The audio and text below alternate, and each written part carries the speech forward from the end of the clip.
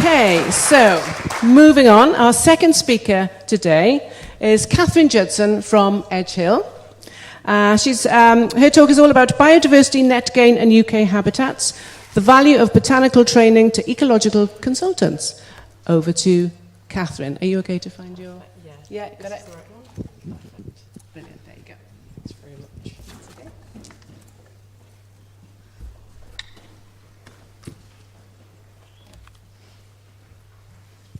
Perfect. Hello there. My name's Katherine, and I work as an ecological consultant for a consultancy based in the northwest of England, not too far from here.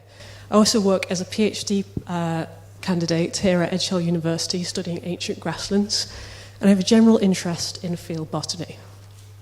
So I'm here to talk to you today about the value of BNG and UK Habs, and how botanical training really is important for using those classification systems. So the usual roles of an ecological consultant are to accurately determine a site's ecological value, assess how a project may alter it, and appropriately advise and mitigate following relevant guidelines and policy, and applying professional judgment where applicable. So recently, biodiversity net gain has come into force in February 2024, and it uses UK Habs, which is a classification system that's hierarchical. So it differs from phase one, which was historically used, or not historically used, it still very much is used. But in consultancy, we use UK Habs because it's been designed specifically for biodiversity net gain. And it aligns with the JNCC and UNIS codes. And it highlights priority habitats and Annex 1 habitats as well, which is really important in consultancy. So BNG is mandatory planning condition for most developments in England. It's mandatory under the Town and Country Planning Act as inserted by the Environment Act, and you're required to get a 10% net gain in biodiversity units based on, so including habitat units, hedgerow units and watercourse units, if those habitats are present on site at baseline.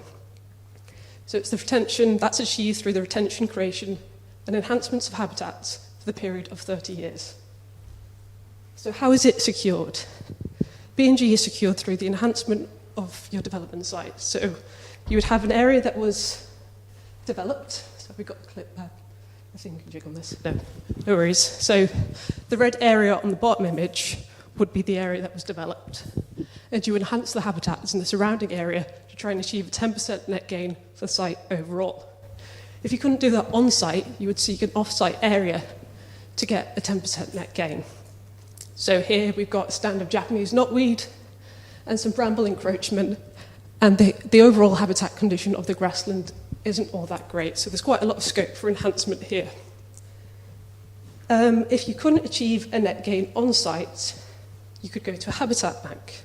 So here you can see that if you can't get a 10% net gain on site, you would then go to a landowner who would sell you credits, basically units, where they would manage the land on your behalf. So you can see the minimum that it would cost for a single habitat unit would be 25 grand, basically. So quite expensive and therefore quite important to get it right. So statutory biodiversity credits. If you couldn't buy your particular habitat unit because your habitat bank didn't offer it, you would go to a statutory biodiversity credit provider. And they basically, as you can see, up £42,000 basically, but you have to buy 2 credits for every 1 biodiversity unit you're offsetting. So it's exceptionally expensive. And that's done deliberately to try and put you off from trying to pay off your losses on site, basically. So this is a clip of the spreadsheet that we use as consultants to assess the biodiversity unit value of a particular site. So those are the kind of features that we fill in to determine the habitat value of a particular site. And there's only 2 features that you really need to worry about in the field. That's the habitat type, which you use UK Habs for, and the condition of your particular habitat, which you would use a BNG condition assessment metric to calculate basically the condition of that habitat. You would also collect the area data of that particular habitat type as well. So here is an example of one of the sheets that you would, one of the habitat descriptions in UK Habs. So this is the one for lowland meadows. And as you can see, it requires an awful lot of botanical knowledge to even be able to identify that particular habitat type. So you need to identify 15 species per metre squared, cover of broadleaf herbs, cover of ryegrasses and white clover, for example. And what's particularly important are the species that really categorise or really characterise this particular high-value habitat. For example, a consultant would very easily become familiar with these common and widespread species, which I've indicated with the white arrows. But the ones that you might come across less frequently are the ones here indicated by the yellow arrows. Now, these you wouldn't come across on an everyday basis. So it might be the case that as a consultant, you don't know what they look like, or you come to the site at a time of year where they're not in flower, you can't identify them. And missing these species can lead to the loss of these really high-value habitats that we have in the British Isles. Another example of how you can get the value of a habitat incorrect is condition assessment. So here is an extract from the Woodland Condition Assessment.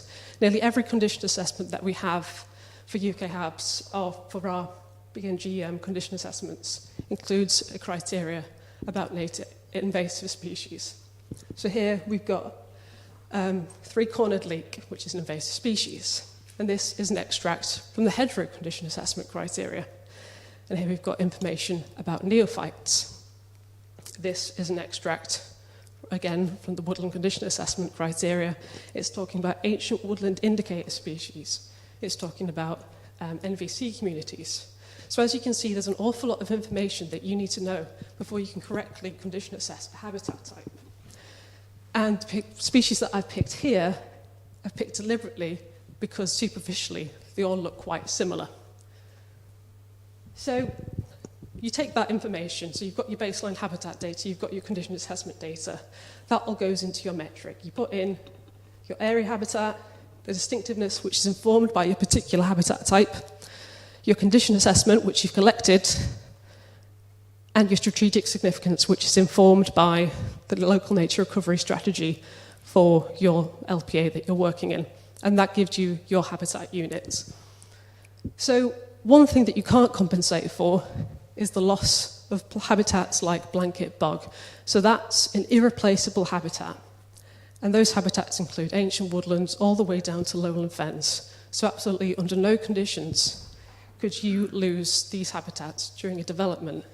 And so it's really important that consultants know how to identify these kind of habitats, so at no point does anybody accidentally result in the loss of these habitats because they didn't know how to identify them.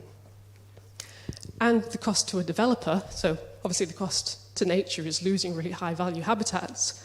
The cost to the developer, if you miscategorize a habitat or if you don't condition assess a habitat correctly, can range from anywhere between that. So that's just the loss of 0.1 hectare of grassland. If you were to categorize it in good condition as an other neutral grassland, that's 35 grand, moderate condition, 23 grand, or if you overvalued it as a lowland meadow, it could be up to 46 grand that you're costing the developer if they were unable to offset an area of grassland.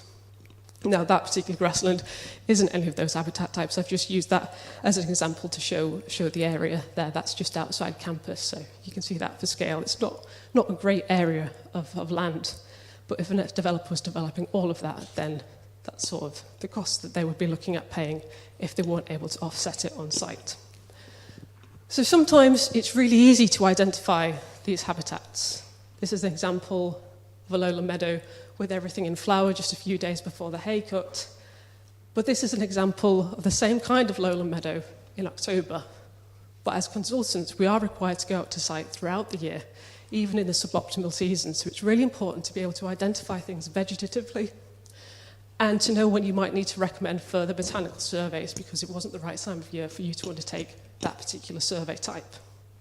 So there you can see 45 species on that site and only 10 species on the site on the other side there, which is a really, really species poor site. So following on from what Chantal was saying, FISC is really, really valuable in consultancy. It's a standardized assessment of botanical skills. So it's also a proxy for habitat identification, but as Chantal was saying, it's certainly not, should be taken with a pinch of salt, essentially.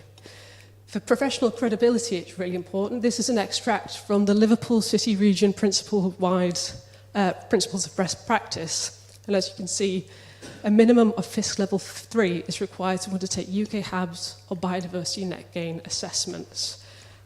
And that is sort of congruent with like basically industry-wide standards. So this SIEM, again, uses FISC as a level of competency. So that's really, really important. One thing that I think makes the FISC most important, really, is that it incentivizes ongoing botanical training. So consultants will improve their botanical skills leading up to a FISC. And something that I was talking to Chantal about recently is they're looking to put a bit of a lifespan or expiry date, basically, on the FISC. So if that was every 5 years, for example, a consultant would have to maintain their skills levels throughout their careers, essentially. So you don't get that degradation of skills. And that's exceptionally important. Another thing which Chantal touched upon is there are changes coming in with the Planning and Infrastructure Bill which potentially threatens the survey requirements for the species groups, meaning that botany and habitat skills might become more important. There are also, unfortunately, outside of this, some changes proposed to BNG, but that doesn't threaten the survey requirement entirely.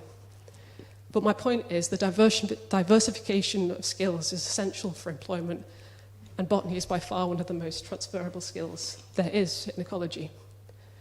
So to wrap it all up, the foundation of good and accurate ecological assessments is botany. We're fortunate to live in an area where there are abundant resources available. We have the BSBI, wildflower societies, local interest groups and things like that, and degrees and courses that we can take to improve our botanical skills. And this knowledge is applicable throughout the entirety of the British Isles. So wherever you are as an ecologist, whether that's Scotland, Ireland, England, Northern Ireland, or the Republic of Ireland, these habitat identification skills and botanical identification skills are essential for employment in ecology. Thank you.